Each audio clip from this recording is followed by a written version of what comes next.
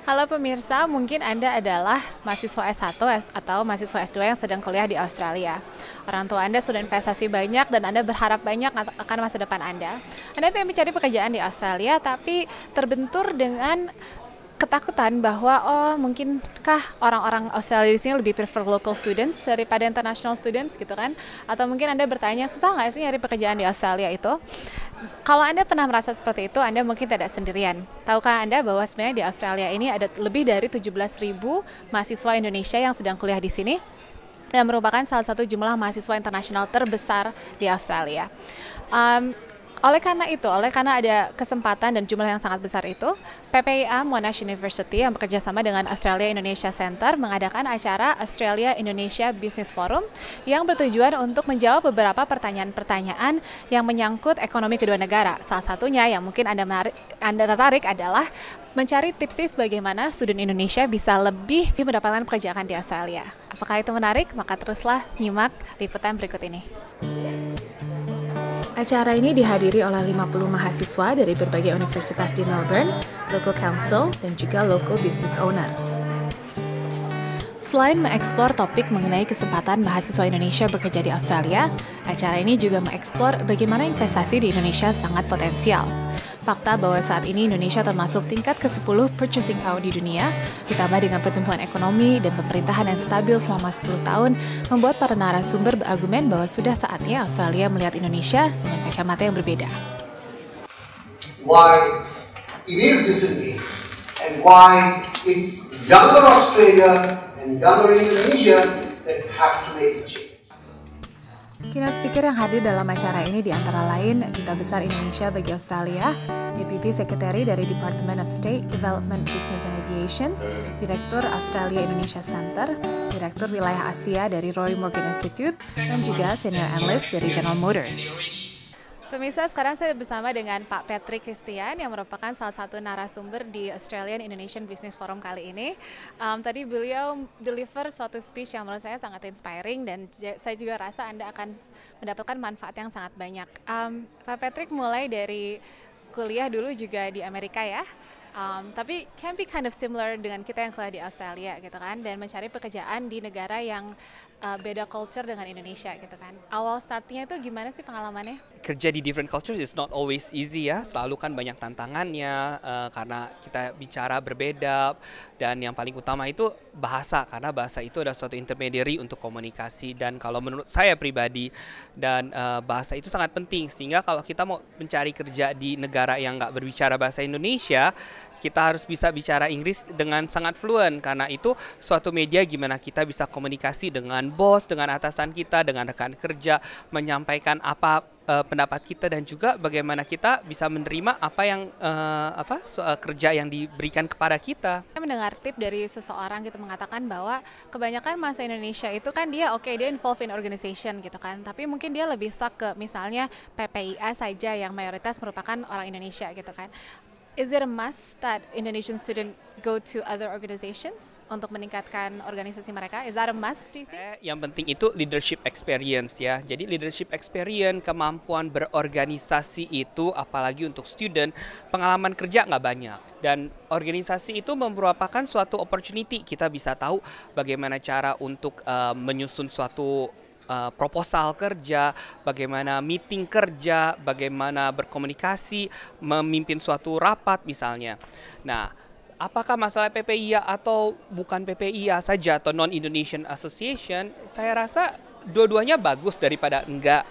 Mulai dari PPIA mungkin kita lebih comfortable, tapi dari PPIA itu diambil juga opportunity-nya. Jadi mungkin dengan PPIA pun juga nggak berinteraksi hanya sesama Indonesian untuk acara hari ini misalnya, a lot of interactions juga dengan masyarakat Australia kan. Lalu Indonesia sendiri juga PPIA banyak event, lalu use that opportunity, engage with people, meeting with other people to make ourselves more comfortable. Nah, kalau lalu ada kesempatan selama jadi students, there's a lot of opportunity juga kan, nggak ada seruginya kita belajar dengan organisasi, dengan teman-teman dari negara lain. Dari situ kita belajar tentang culture, kita belajar pengalaman baru, sehingga akan sangat guna memperkaya kita nanti waktu untuk dapat kerja. Just in general, apa hambatan Mas kalau misalnya merasa bahwa ada mahasiswa Indonesia yang terhambat untuk mencari kerja, apa hambatan itu? Pertama tadi kan ya Inggris ya harus memang bisa selalu usaha. Kedua ya belajar organisasional, involve di PPIA atau di organisasi lain. Dan yang ketiga open the mind. Karena kadang-kadang selalu orang bilang saya belajar food science dan saya hanya mau kerja food science. Saya belajar accounting, saya hanya harus kerja accounting. Nah, tapi ya itu that's what I'm saying. So, have an open mind. What we study doesn't define who we are kan. Karena kalau kita sudah mulai kerja, ternyata banyak kerja yang kita pertama pikir, oh saya nggak bisa kerja, misalkan jadi di belakang meja terus, saya demennya yang kerja ini. Tapi actually when we do it, we probably find it's interesting. Sebelum kita coba, jangan pernah bilang menyatakan menghakimi sesuatu sebelum kita coba.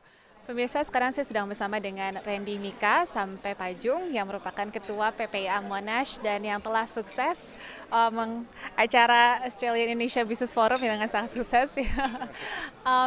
Jadi menurut Randy sendiri, apa yang bisa di-offer mahasiswa Indonesia bagi employer Australia? Mengambil pengalaman saya waktu internship awal tahun ini di Balikpapan di satu oil processing company, sebenarnya mahasiswa Indonesia ini kan memiliki satu keuntungan mempunyai pengalaman untuk kuliah dan belajar di Australia. Karena waktu kita kembali ataupun kita sedang kebetulan berada di Indonesia, kita sebenarnya bisa menerapkan pengetahuan kita tentang Australia. Contohnya mengambil waktu saya internship, manajer di company ini sebenarnya sedang melakukan diskusi tentang bagaimana untuk menghubungkan atau membangun network dengan kantor cabang di Melbourne di sini. Jadi pada waktu saat itu saya mempunyai kesempatan untuk berbicara langsung kepada mereka tentang Australia, apa yang sedang terjadi. Dan sebenarnya hal-hal yang seperti itu yang bisa memberikan masukan yang sangat baik dan sangat berguna bagi manajer-manajer untuk membangun sebuah bisnis di Melbourne di Australia di sini.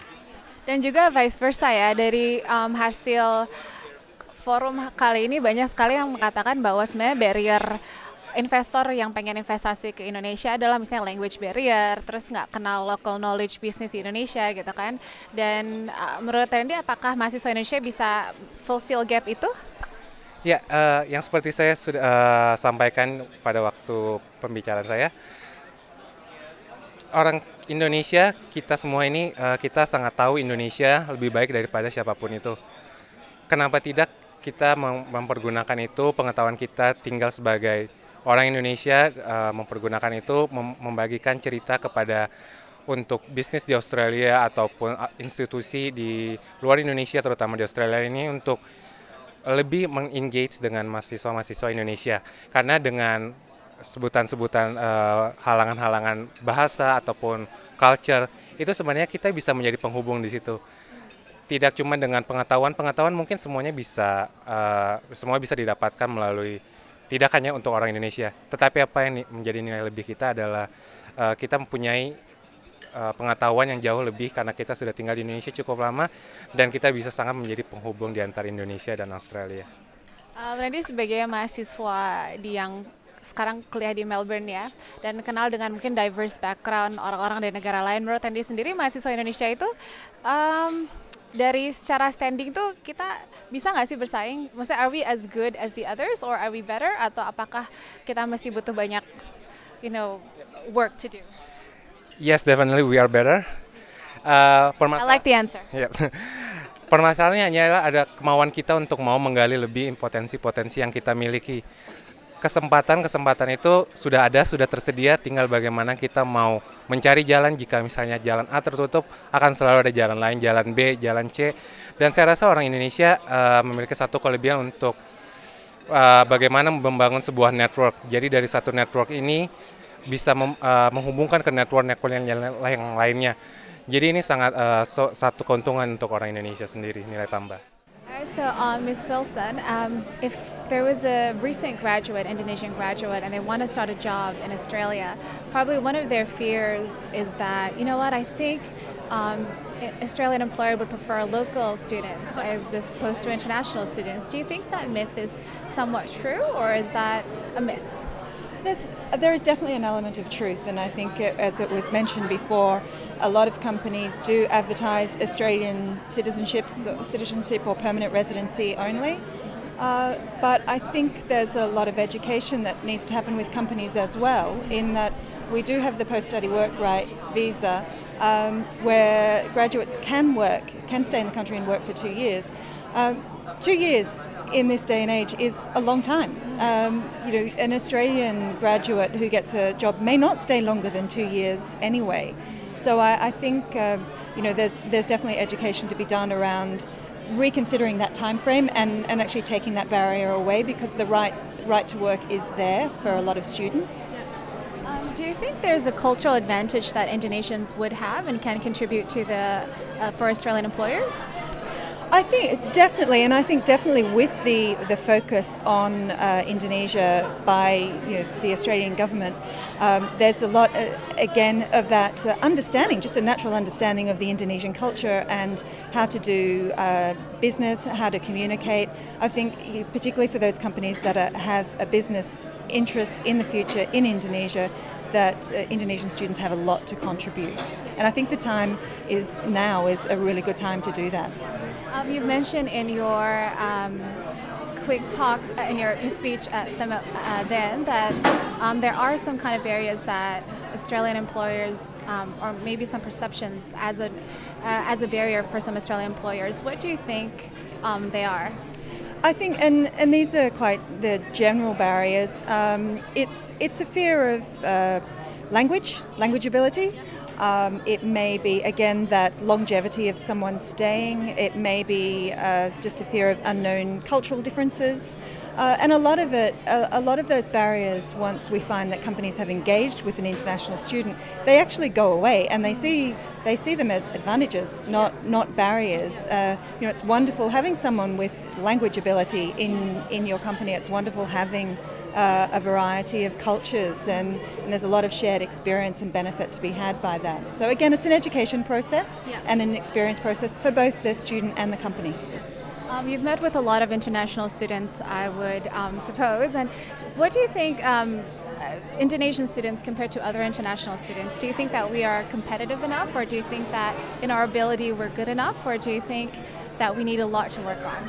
I think the ability is most certainly there, and I think from what we've, the limited exposure and the students that we've worked with in the last few days, the language ability is there, the dedication is there, and I think it's the desire to actually engage with Australian companies. And I guess my advice would be, it doesn't matter if you're going home, it doesn't matter if your intention is to leave after your degree. There's still a lot of benefit to be gained by engaging with Australian industry, because, as I said, the learning goes both ways. But I think Indonesian students should feel confident, because you stand up very well against other international students, very well.